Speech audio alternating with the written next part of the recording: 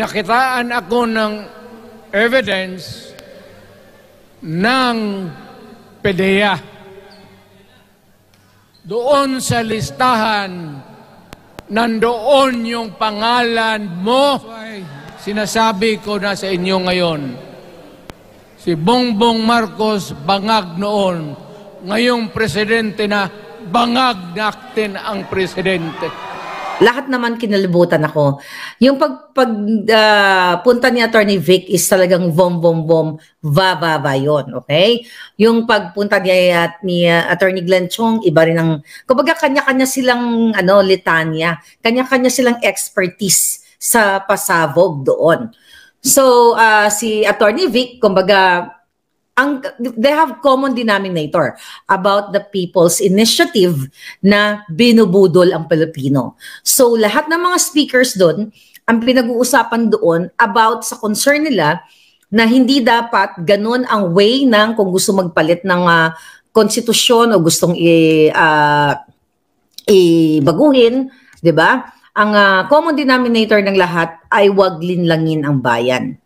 Wag linlangin. Ayan, presidenteng bangag, di ba? May sabi. So, confirmed, okay, na pulboronic si Coting. Kaya, di ba, paulit-ulit kong sinabi sa inyo, ano pa ang ginagawa ninyo. Paulit-ulit din sinabi na minumura ni Pangulong Duterte ang mga nayupak, katulad ng pagmura ko sa mga jutang ginina nila noong Agosto pa lang of 2022. Diba? Mayroon tayong adik na presidente. Proud Pinoy for life. Thank you, Palangga. So imagine ninyo, proud pa ba kayo maging Pilipino? Na after all, di ba, remember si Pangulong Duterte ay in-interview siya ng mga media sa Davao. I think that was this month ba yun or this month yun, ano? Basta, ito, recently lang. Hindi niya sinabi. Tapos, ang sabi ng mga ni Lisa Smugs, ng mga tauhan na binabayaran galing sa pera ng bayan, hindi naman sinabi ni Pangulong Duterte, so fake news si Maharlika. And today is the day. Eto na yung, kumbaga, vindicated ako, although marami naman, Diyos ko, hindi naman ako nag-worry kasi lahat naman ang in-expose ko sa inyo dito, halos lahat ay naging balita o naging totoo. Kinikilabutan ako dahil I've been fighting for this government dahil sa pambubudol hindi lang sa mga taong sumuporta sa kanila kundi sa mga Pilipino. Imagine ninyo na isang palang addictus benedictus ito, isang pulboronic, isang bangag at kumpirmado. Kaya nga yung video, di ba sabi ko sa inyo, yung pulboronic, nakita na ni Pangulong Duterte yon. Diba? Baka sabihin nyo si Pangulong Duterte ang puting ahas ko. Diba? Cathy Flores. Yeah. Thank you, Palangga. Yeah.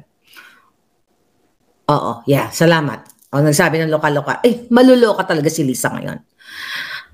Nakita nyo yung sentimiento ni Pangulong Duterte na parang hindi nyo, sabi niya, hindi nyo ako kalaban. Diba? Nirerespeto pa niya, Mr. President, Miss Ma'am Lisa Marcos. Ako hindi ko minamam yung itong buwakan ng inang butod na to, hindi ko tuminamam ang buwakan ng GNMS na to.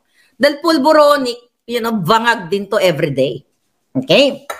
So, mga Palangga, habang pinapanood ko si Pangulong Duterte ay naririnig ko ang sarili ko.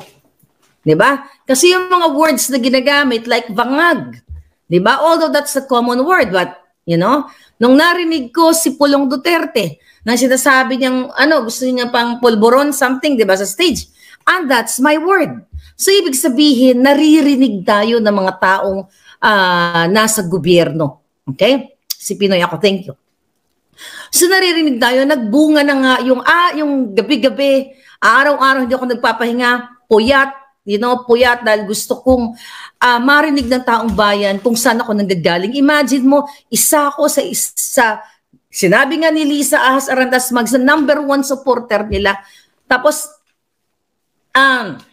mga Palangga, kung yung sinabi ni Pangulong Duterte na ayaw niyang, iniiwasan niya, sabi niya, iniiwasan ko ang mga panahon na ito. Even when I started speaking up, ayokong magsalita against kay Coting. dahil nahihiya ako sa mga dilawang, mga pinklawan na nag-away-away tayo, na, oh, ayan, buti nga sa'yo kasi nabudol ka. But at least I stand for what is right.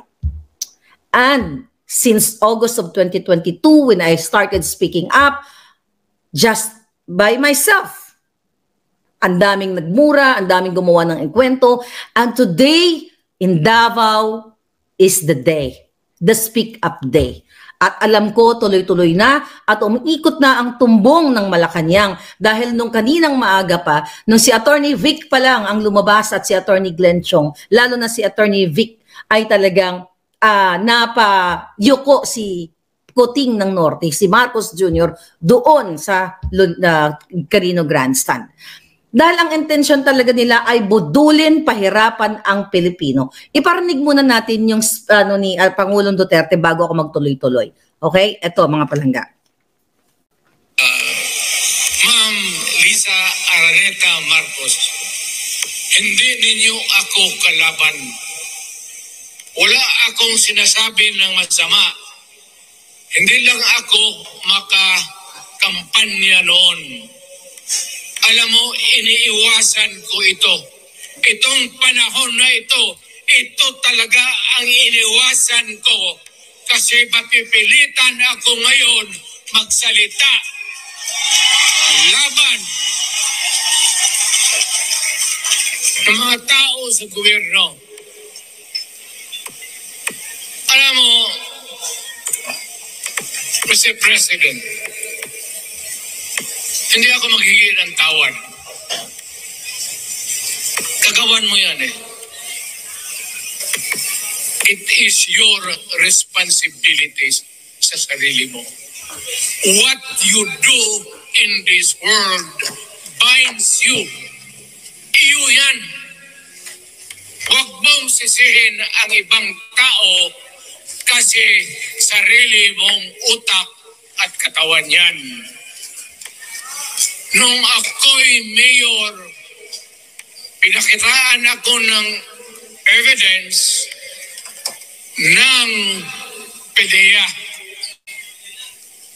Doon sa listahan, nandoon yung pangalan mo. Ayaw kong sabihin yan kasi magkaibigan tayo. Kung hindi magkaibigan, magkakilala. Ikaw pumapasok kayo ng alanganin. Mr. President, baka susunod ka sa dinaanan ng tatay mo. Diyan ako takot. Ayaw ko mangyari sa iyo yan. Pabor lang ako namang nagmamakaawa kasi it will divide the nation at madugo itong panahon na ito. Alam mo?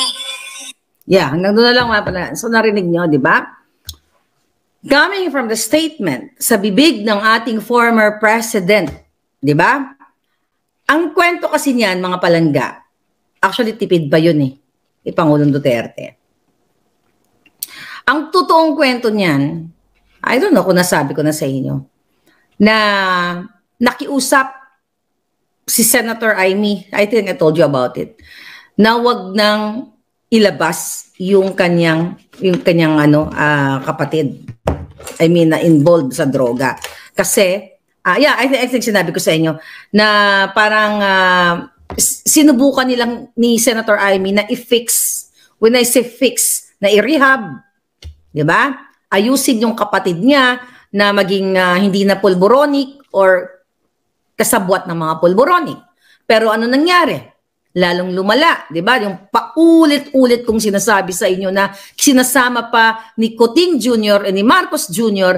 ang isang na sakote na pulboronic na si Mark Anthony Sayarot. So, ibig sabihin, tuloy-tuloy ang ligaya nila sa pulburon. So, napilitan si Pangulong Duterte. It's the same feeling nung Agosto of 2022 nang napilitan akong magsalita hindi laban sa mga ginagawa ng kahayupan ni Lisa Ahas Araneta Marcos.